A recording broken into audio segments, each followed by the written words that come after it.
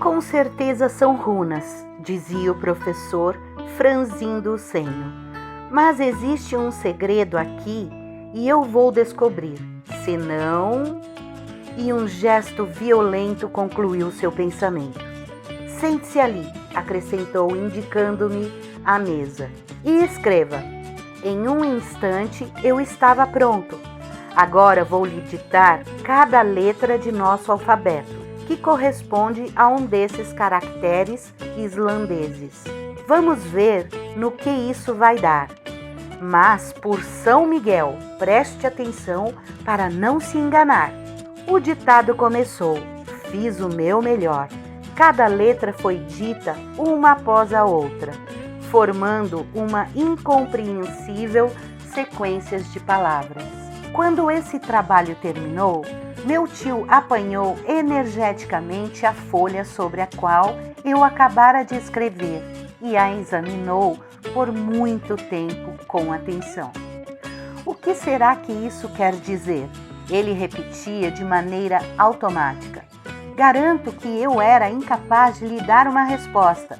De qualquer forma, ele não estava perguntando isso para mim e continuou falando consigo mesmo. É isso que chamamos de criptograma, dizia, em que o sentido fica escondido pelas letras embaralhadas, propositadamente.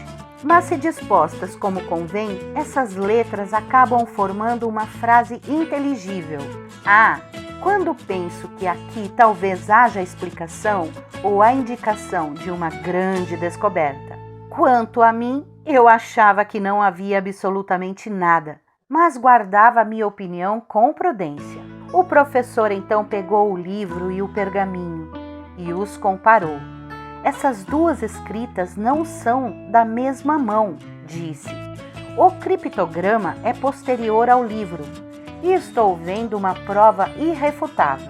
De fato, a primeira letra é um N duplo, que procuraríamos em vão no livro de Sturlason, pois ela só foi acrescentada ao alfabeto islandês no século XIV. Portanto, há pelo menos 200 anos entre o manuscrito e o documento. Confesso que isso me pareceu bastante lógico. Portanto, continuou meu tio, sou levado a pensar que um dos donos deste livro terá traçado estes caracteres misteriosos. Mas quem diabos era esse dono? Será que ele não pôs seu nome em algum lugar deste manuscrito? Meu tio levantou seus óculos, pegou uma boa lupa e passou em revista as primeiras páginas do livro. No verso da segunda, aquela do falso frontispício, ele descobriu uma espécie de mancha que parecia um borrão de tinta. No entanto, ao olhá-la de perto, era possível distinguir alguns caracteres meio apagados. Meu tio percebeu que esse era o ponto de interesse. Assim, ele investiu contra a mancha e, com a ajuda de sua grossa lupa, acabou reconhecendo estes signos, caracteres rúnicos, que leu sem hesitar. Arni Saknussen, exclamou, com um tom triunfante. Mas isso é um nome islandês, ainda por cima o nome de um sábio do século XVI, de um alquimista célebre. Olhei para o meu tio com uma certa admiração. Esses alquimistas, ele continuou, Avicenne, Bacon, Lully, Paracelsi, foram os verdadeiros e únicos sábios de sua época. Eles fizeram descobertas que nos deixam espantados.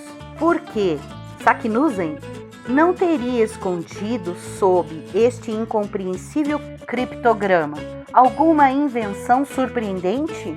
Deve ser isso. Com certeza é.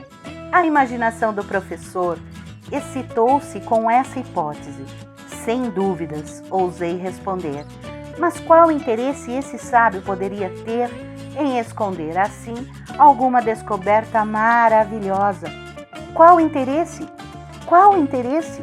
Bom, como vou saber? Galileu também não agiu assim quanto a Saturno? De qualquer forma, é o que vamos ver. Vou desvendar o segredo deste documento e não vou comer nem dormir antes de adivinhá-lo. Oh, pensei. Nem você, Axel, ele continuou. Diabos, disse para mim mesmo. Ainda bem que jantei, por 2.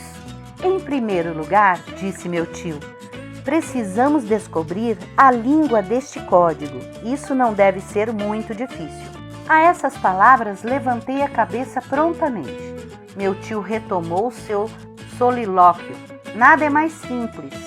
Neste documento, há 132 letras que se dividem entre 79 consoantes e 53 vogais. Ora, é mais ou menos, segundo essa proporção, que as palavras das línguas meridionais são formadas, enquanto os idiomas do norte são infinitamente mais ricos em consoantes. Trata-se, portanto, de alguma língua do sul. Essas conclusões eram bastante legítimas. Mas que língua é essa? Era aí que eu queria ver como se sairia o sábio, que não deixava de se revelar um profundo analista. Esse Saknussemm, ele retomou, era um homem instruído. Ora, a partir do momento em que ele não estava escrevendo em sua língua materna, ele devia escolher de preferência a língua corrente entre os espíritos cultivados do século XVI, isto é, o latim. Caso eu esteja enganado, ainda posso tentar o espanhol, o francês, o italiano, o grego ou o hebraico. Mas os sábios do século XVI escreviam geralmente em latim. Tenho, portanto, o direito de dizer a priori, isto é latim. Dei um pulo de minha cadeira. As minhas lembranças de latinista se revoltavam contra a pretensão de que essa sequência de palavras barrocas pudessem pertencer à doce língua de Virgílio. Sim, latim, retomou meu tio, mas um latim embaralhado. Ah, bom, pensei. Se você desembaralhar isso, meu tio, é porque é um homem muito esperto.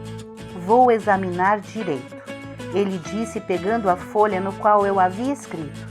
Eis aqui uma série de 132 letras, que se apresentam segundo uma aparente desordem. Há palavras em que constam apenas consoantes, como a primeira, M, R, N, L, L, S, e outras, pelo contrário, em que as vogais são abundantes, por exemplo, a quinta, U, N, P, E, I, E, F, ou a penúltima, O, S, E, I, B, O. Ora, é evidente que essa disposição não foi proposital. Ela foi dada matematicamente por uma razão desconhecida que gerou a sequência dessas letras. Parece-me certo que a frase original foi escrita normalmente e depois foi embaralhada segundo uma lei que precisamos descobrir. Aquele que possuir a chave deste código poderá lê-lo fluentemente. Mas que chave é essa? Axel, você tem essa chave? A essa questão não respondi nada, e não sem razões. Meu olhar havia se detido em um encantador retrato pendurado na parede. O retrato de Grauben. A pupila de meu tio estava em Altona, na casa de uma de seus parentes, e a sua ausência me deixava muito triste, pois agora posso confessá-lo. A linda virlandesa e o sobrinho do professor se amavam com toda a paciência e tranquilidade alemãs. Havíamos noivado sem o conhecimento de meu tio, geólogo demais para compreender tais sentimentos. Grauben era uma encantadora jovem loira de olhos azuis, de personalidade um tanto austera e um espírito tanto sério. Mas nem por isso ela deixava de me amar. Por minha vez, eu a adorava. Se este verbo existe na língua tudesca, assim a imagem de minha pequena virlandesa me transportou por uns instantes do mundo real para aquele das quimeras, das lembranças. Revi a fiel companheira de meus trabalhos e de meus prazeres. Todos os dias ela me ajudava a organizar as preciosas pedras de meu tio e as etiquetava comigo. Era uma ótima mineralogista, essa senhorita Grauben. Ela gostava de se aprofundar nas questões árduas da ciência. Que doces horas havíamos passado estudando juntos. E como eu invejava a sorte dessas insensíveis pedras que ela manejava em suas encantadoras mãos. Depois, quando vinha o momento de lazer, saíamos juntos, seguíamos pelas alamedas frondosas do rio Auster e chegávamos ao velho moinho revestido de alcatrão, que tanto impressiona na extremidade do lago. Terminando o caminho, conversávamos de mãos dadas. Eu lhe contava coisas que a faziam rir ao seu modo. Chegávamos assim até a margem do Elba e depois de dizer boa noite aos cisnes que nadam entre os grandes nenúfares brancos, voltávamos ao cais na barca a vapor. Ora, eu estava nesse ponto de meu sonho quando meu tio, batendo com o punho na mesa, trouxe-me violentamente de volta à realidade. Vejamos, disse ele, acho que a primeira ideia que deve vir à mente para embaralhar as palavras de uma frase é escrever as palavras na vertical em vez de traçá-las na horizontal. Olhe só, pensei, precisamos ver o que sai disso. Axel, escreva uma frase qualquer nesse pedaço de papel. Porém, em vez de dispor as letras uma atrás das outras, coloque-as sucessivamente em colunas verticais, de modo a agrupá-las em 5 ou 6. Entendi do que se tratava. Imediatamente escrevi de cima para baixo. Bom, disse o professor, sem ler. Agora disponha essas palavras em uma linha horizontal. Obedeci e obtive a seguinte frase. Uma frase que não dá para ler. Perfeito, disse meu tio, tirando o papel das minhas mãos.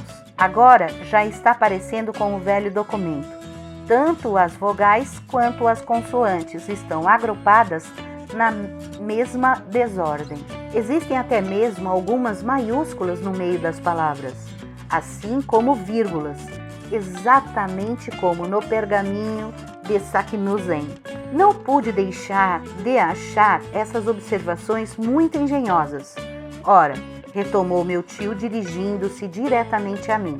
Para ler a frase que você acabou de escrever e que eu não conheço, basta que eu pegue sucessivamente a primeira letra de cada palavra, e depois a segunda, e depois a terceira, e assim por diante. E meu tio, para seu grande espanto e sobretudo para o meu, leu: Amo você, minha pequena Grauben. Disse o professor.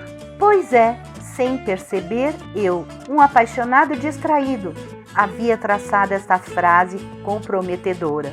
Ah, você ama a Grauben? Continuou meu tio com um verdadeiro tom de tutor. Sim, não, balbuciei.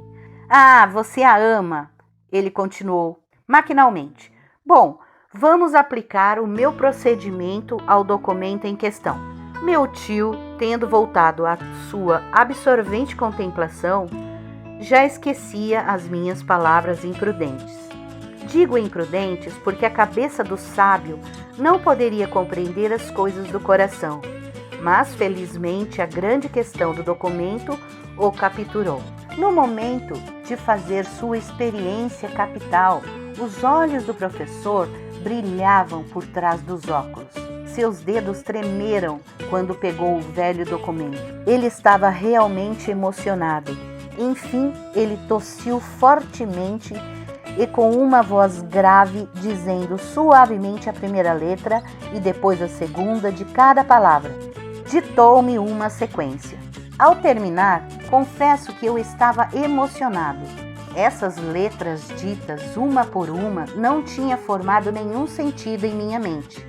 Esperava, portanto, que o professor deixasse escapar pomposamente de seus lábios uma frase de uma magnífica latinidade. Porém, quem poderia tê-lo previsto? Um violento soco sacudiu a mesa, a tinta respingou e a pena pulou das minhas mãos. Mas não é isso, exclamou meu tio. Isso não faz sentido. E depois, atravessando o escritório como uma bala e descendo a escada como uma avalanche, ele se lançou na Königstrasse e saiu correndo depressa. Olá, amiguinhos! Estão gostando das historinhas? Então deixe um like, se inscreva no canal, aperte o sininho para mais vídeos. Gratidão, muita luz!